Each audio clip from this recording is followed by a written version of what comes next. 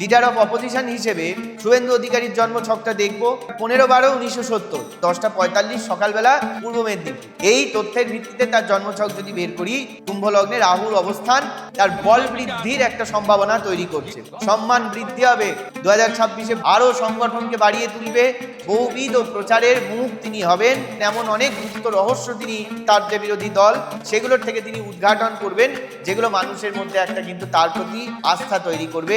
তবে সর্বদা একটা বাধা আর সর্বদা তার একটা উচ্চাকাঙ্ক্ষা তাকে কিন্তু বহু ক্ষেত্রে সমস্যার সন্নিকটে নিয়ে যাবে।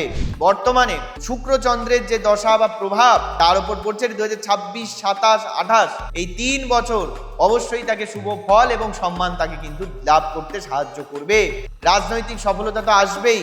এই শুভেন্দু অধিকারীর কিন্তু নির্বাচনে প্রতিদ্বন্দ্বী হয়ে জয়লাভের পূর্ণ সম্ভাবনা রয়েছে।